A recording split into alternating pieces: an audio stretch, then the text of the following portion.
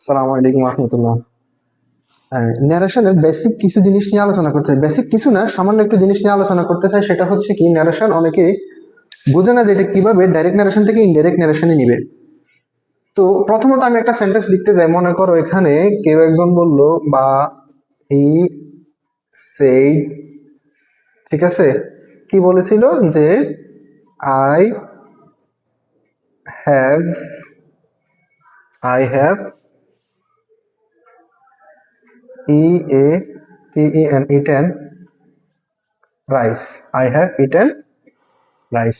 আচ্ছা, কোন একজন ব্যক্তি এখানে দাঁড়ানো, সে দাঁড়িয়ে এখানে বলল আই হ্যাভ ইটেন রাইস, মানে আমি মাত্র ভাত খেয়েছি বা আমি ভাত খেয়েছি। আচ্ছা, এই যে ব্যক্তিটা এই কথাটা বলছে যে আমি মাত্র ভাত খেয়েছি বা আমি ভাত খেয়েছি, তার এই কথাটা আমি শোনার পরে আমি যখন আমার মতন করে আরেকজনকে বলবো, তখন সেটা হয়ে যাবে ইনডাইরেক্ট ন্যারেশন। তার কথাটা ডাইরেক্ট ন্যারেশন, সরাসরি উক্তি। আমি যখন বলতে যাবো আরেকজনকে, তখন সেটা হয়ে যাবে ইনডাইরেক্ট। কেন ইনডাইরেক্ট হবে? সে বলছে আমি ভাত খেয়েছি, আমি তো আরেকজনকে বলতে পারবো না যেভাবে আমি ভাত খেয়েছি, এটা বলতে পারবো না। আমি বলবো কি, সে ভাত খেয়েছে। এই যে তার মতো করে তার বক্তব্যটা বলা, মানে আমার মতো করে তার এই বক্তব্যটা বলা, এটাই হচ্ছে ন্যারেশনের ডাইরেক্ট থেকে ইনডাইরেক্ট স্পিচে। এটাকে যদি আমরা ডাইরেক্ট থেকে ইনডাইরেক্টে নিতে যাই, তাহলে তার এই ডাইরেক্ট কথাটা, সরাসরি কথাটা কি ছিল? সে বলছে আই হ্যাভ ইটেন রাইস। আচ্ছা, আমি এখানে লিখলাম ইনডাইরেক্ট যদি নিয়ে যাই, হি সেইড, ইনভাইটেড কমার পরিবর্তে আমরা দ্যাট দিব। এই ইনভাইটেড কমা আছে এখানে, এটার পরিবর্তে আমরা দ্যাট দিব। আচ্ছা, হি সেইড দ্যাট, সে বলেছিল যে, সে বলেছিল যে, সে কি বলেছিল? এখন তো আমি আমার মতো করে বলবো, কারণ আমি ইনডাইরেক্ট করতেছি। সে বলেছিল যে, আমি কি বলবো যে আমি ভাত খেয়েছি? না, কে? সে। তার মানে কি আসবে এখানে? হি। তাহলে দেখেন, এখানে যদি ফার্স্ট পার্সন থাকে, এটা সাবজেক্টকে গিয়ে ধরবে। তাহলে ছিল ফার্স্ট পার্সন, অটোমেটিকলি এখানে এটার সাবজেক্ট চলে আসছে না। এটা তো হচ্ছে একেবারে আমি যদি ভেঙে বুঝাই এভাবে। আর যদি না বুঝো, রুলস হচ্ছে কি, এখানে ফার্স্ট পার্সন থাকলে এই সাবজেক্ট অনুযায়ী বুঝবো। অর্থাৎ এটা হচ্ছে রিপোর্টিং ভার্ব, এটা হচ্ছে রিপোর্টেড স্পিচ। এই রিপোর্টিং ভার্বের সাবজেক্ট অনুযায়ী ইনডাইরেক্ট করার ক্ষেত্রে দ্যাটের পরে ওই সাবজেক্টটা বুঝবে। তার মানে এখানে ফার্স্ট পার্সন থাকলে এবং সেকেন্ড পার্সন থাকলে ওইটা উঠে যায়। ফার্স্ট পার্সন সাবজেক্টকে গিয়ে ধরবে, আর সেকেন্ড পার্সন এখানে অবজেক্টকে গিয়ে ধরবে। যেহেতু ফার্স্ট পার্সন সাবজেক্টকে গিয়ে ধরলো, এ কারণে এখানে হি বসছে, এটা হচ্ছে সূত্র।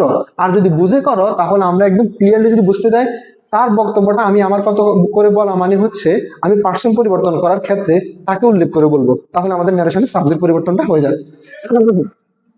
টেন্সগত পরিবর্তন, টেন্সগত পরিবর্তন কিভাবে করবো? এখানে যদি প্রেজেন্ট ইনডিফিনিট টেন্স থাকে হয়ে যাবে past indefinite tense, present continuous tense থাকলে পাস্ট কন্টিনিউয়াস টেন্স হয়ে যাবে, প্রেজেন্ট পারফেক্ট থাকলে পাস্ট পারফেক্ট। এক কথায় হচ্ছে, কথাটা সে যখন বলবে, কথাটা আমি বলার ক্ষেত্রে কথাটা অতীতে চলে যাবে।